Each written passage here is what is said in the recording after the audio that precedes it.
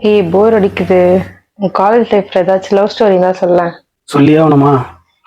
சரி சொல்றேன். இந்த நினைத்தேன் வந்தாய் படம் பார்த்திருக்கியா? இந்த தேவயானி ரம்பா அதான் தளபதி கூட நடிச்சிருப்பாரு.